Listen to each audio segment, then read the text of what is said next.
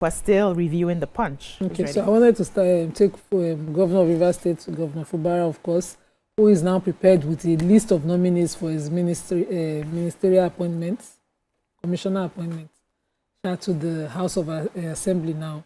And according to this list, he's going to retain about 8 of his appointees who were not affected by the Supreme Court order that dissolved the earlier nominated list. Okay. So 8 of them will be the Commissioner for Health, Dr. Adeze Ore, with due respect to your doctorate.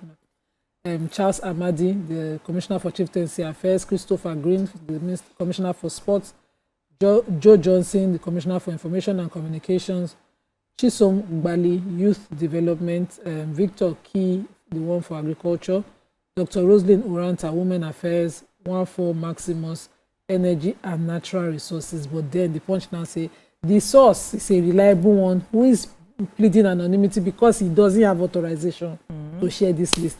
But they have listed the people who were saved from it, and so there will be new names in the list that will be submitted, and we'll see how the House debates. Okay. So opposition parties and political figures, including the ADC, that's the African Democratic Congress, and former Vice President Atiku Abubakar have condemned President Bola Ahmed Tinubu, his recent decision to grant presidential pardons to dozens of convicted criminals, including drug traffickers, describing the move as a grave setback to Nigeria's anti-drug campaign and a dangerous affront to justice and morality. Presidency on Saturday released a detailed list of 175 individuals who were granted the 2025 presidential pardon. Among them were the late nationalist Herbert Macaulay, the late Major General Maman Vasta, and Mariam Sanda. We know that Mariam Sanda, she was sentenced to death for killing her husband. This happened in Abuja. The pardon, which also included presidential clemency, covered more than 30 convicted drug offenders and several others jailed for crimes such as homicide, fraud, and illegal mining. The development has sparked a lot of widespread criticism and debate across the country. So in a statement on Sunday, ADC National Publicity Secretary Bolaji Abdullahi described the move as pathetic and a national disgrace, arguing that it undermines the nation's war against drugs and encourages criminality and damages Nigeria's international reputation. Anyway, this is debatable. And yeah, well, I think we're going to be talking about it later on. So Daily Sun, federal government ASU, no work, no pay. We've taken that story. Free Kano protest. Igbo women backs Showore as brother warns against playing politics with his health. Atiku ADC knock president over pardon for criminals, 7 jail terms. A drug war, man 52 excretes 127 cocaine wraps concealed in private parts at Kano Airport. CBN mops up 2 trillion from banks to curb inflation on productive lending. Mbah's exit marks PDP's end in Southeast, according to Okechukwu. And Zenith Bank shows strong outlook with 51.3 billion interim dividend payout. What do we have in the Sun? Defection.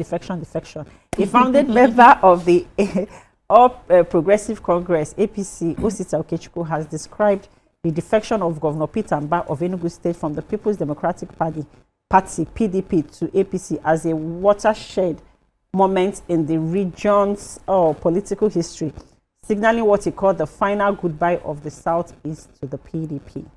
Speaking with it's even myself, I'm feeling it here. I'm feeling the pain for them. Speaking with journalists in Enugu yesterday, Okechukwu hailed Mbah's move as a pragmatic, rational and inevitable decision, noting that it symbolizes the complete collapse of PDP's once formidable influence in the region. According to him, the party that began the Fourth Republic in 1999 with control of all 5 southeastern states now has none left in 2025. He also recalled the words of the late Dr. Chuba Okadibu, who once lamented that the PDP pays good deeds with bad coins. Yes, I feel for them, but maybe at some point it might become a one-party country. We cannot become a one-party. Because all this defection. Does this not leave some truth to the thoughts of the spokesperson for the resigned suspended minister for innovation, who had said that it was the governor who was behind the whole problems, because he wanted to come to the APC and he didn't want to have a senior man that he will have to defend. Politics in the politics is politics. Let's move on to Vanguard. Non-oil exports, local investors lose out of 4.8 trillion boom. 100 billion loan sparks war of words between Alaya, Autumn in Benue. Zenith Bank declares 51.3 billion interim dividend payout. You can't fight drugs by freeing traffickers, ADC slams Tinubu. Renowned activist Abiodun Aremu killed by hit-and-run driver. State regulators ask National Assembly to halt central gaming bill. U.S. genocide debate sparked by federal government's failures. And prostrate, Lagos hospital performs first Eurolift surgery in Nigeria. I'd like to know about that prostate, but I have the gamers. I have it. So the Federation of State Gaming Regulators of Nigeria have written to the National Assembly through their lawyer, Oleola Nipekun's SAN, asking that they halt whatever is called the this bill that is before the House, a national or whatever legislation that would now bring gaming back to the federal government, as opposed to the Supreme Court judgment, which had put it exclusively. So there was a Supreme Court judgment in a matter between Lagos State, the Attorney General of Lagos State versus Attorney General of the Federation in 2008, where the Supreme Court rested the matter of gaming to be an exclusive of state governments. Okay. And with this new bill, they will be, reversing a Supreme Court judgment. Of course, Oleola Nipekun's wrote in the bill that a bill for an act to repeal the National Lottery Act and enact a central gaming bill is a violation of that court order, and they should not be seen to be waiving the stand of the Supreme Court. I hope that they are able to resolve this, but this matter is just starting. So for me, Makadi, the approval of 100 billion naira infrastructure loan by the Benue State House of Assembly has ignited fierce exchange between the current governor, Hyacinth Alia, and his predecessor, Samuel Autumn, with both camps trading accusations of deceit, mismanagement, and hypocrisy. I don't know the predecessor, I don't understand. Anyway, the governor's press is saying that PDP criticism of the loan is misguided, hypocritical, and born out of bitterness.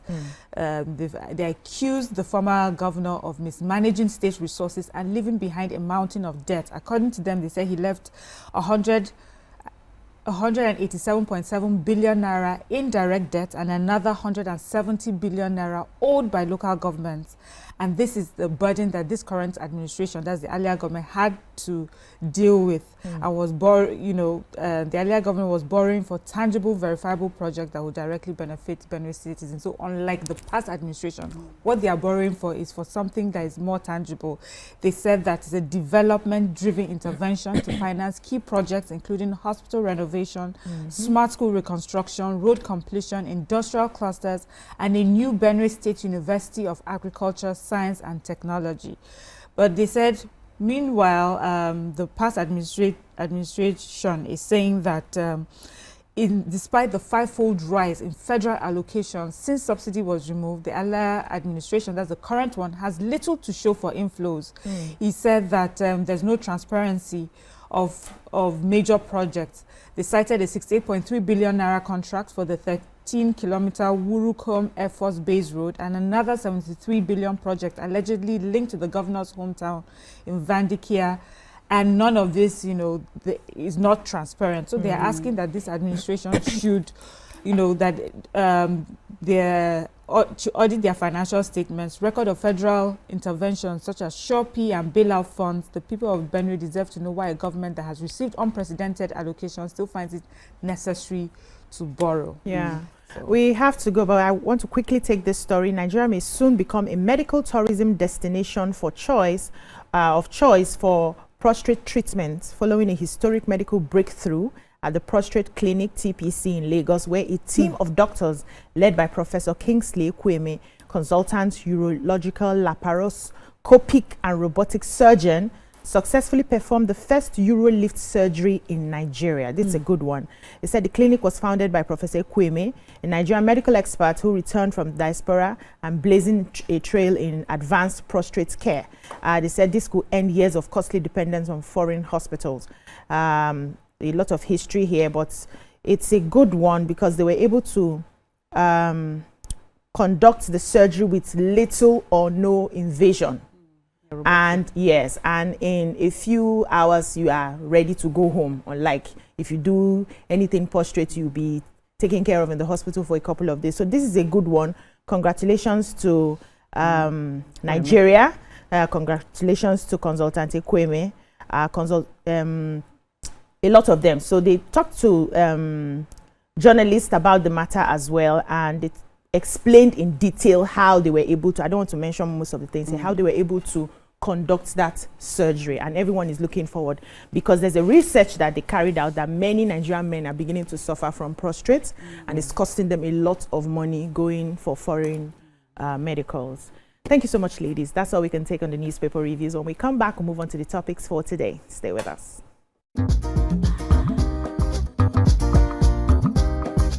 Stay tuned.